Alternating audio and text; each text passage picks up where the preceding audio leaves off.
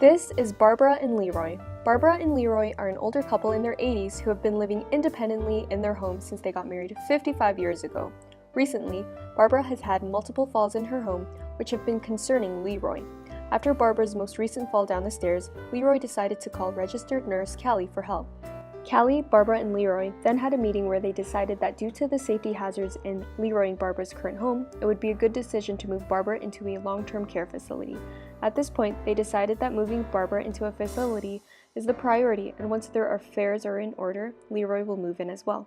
To ensure Barbara and Leroy make an informed decision and have control over their care, Nurse Callie gave the couple a variety of options for potential facilities. She then encouraged them to tour all the facilities before the time of their next meeting. So in our meeting today, what do you want the priority focus to be?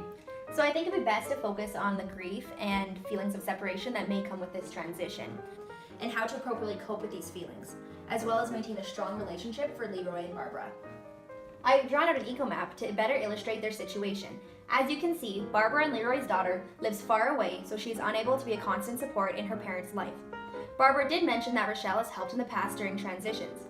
I think it is important that we include her in the decision-making process by Skyping in with her for future meetings. I'm glad that their daughter will be able to be a part of this process. Do you think there's anything else we need to talk about in this meeting?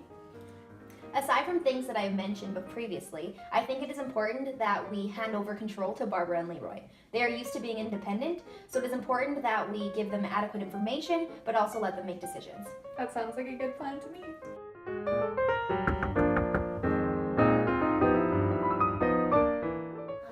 Hello everyone, thanks for meeting with us today.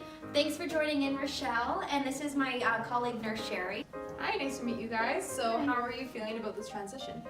Well, I think we understand that it needs to happen, but we are feeling a little bit uncertain. Uncertainty is definitely normal, but that's why we are here to help. And have you decided on a facility? Yeah, I think we've chosen the chateau. I love the setup of the rooms, the options of all the different recreational activities, all the yummy food, and the staff were super wonderful and friendly. That's awesome. I've heard a lot of good things about the chateau. I think you'll really be comfortable there. Agreed. We want you guys to understand that although this is a good facility that you've chosen, this is still a big transition in your life, and this will be a big thing to deal with. Yes, you might start to have feelings of grief as you leave your home and lose some of your independence, as well as feelings of disconnection and separation from each other due to living in separate places. This separation can further exacerbate your feelings of grief, which usually lasts a couple of weeks until it subsides. If your feelings of grief do persist for longer than a month, then you should seek help from medical professionals. So we want to ensure that you have the appropriate supports to deal with this big change and some of the feelings that may arise. What coping strategies have you used for big transitions in the past? Well, when my daughter moved out, I started walking and biking more in our community. So exercise is definitely a big stress reliever for me. Yeah, and for me, I like to go to my room and paint. It really helps calm me down and brings me peace. Awesome. Those are great strategies that you guys have used in the past. We really want to encourage that you continue to use them in the future when you do move.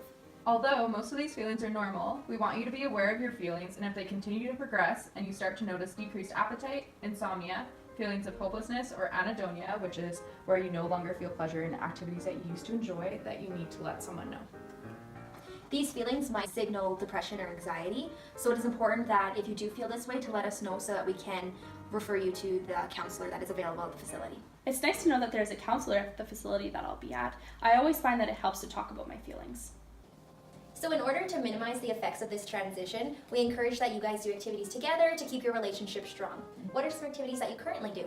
Well, we like to play a lot of card games together. Oh yeah? Yeah, definitely. We also, we really like playing music together. I play the guitar, Barbara sings. That's awesome. Mom, you also told me how much you enjoy going for walks down by the river in the spring. Oh yes, I really do like that.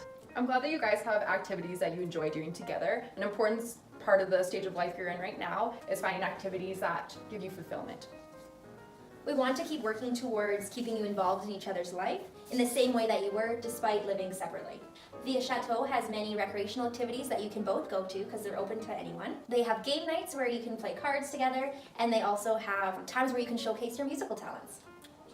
So Leroy, do you think you could pick up Barbara about once a week to take her for a walk? This would give you a chance to spend some time together and also get her out of the facility. Does this seem attainable for you? That sounds like a great plan. Yeah, great. We've covered everything that I felt we needed to discuss, so if you guys do need any clarification on anything, feel free to contact us whenever you need to. Yeah, I don't think we have any further questions. Thank you guys for your wonderful explanations. Great. Thanks for keeping me involved with my parents' care. Now I know how to assist them and what to watch for during this period. Okay, so we'll check in with you guys again in 3 weeks to see how you've been coping and if you've been adjusting well. Awesome. That sounds great. I feel so much more prepared now. Thank you. You're welcome.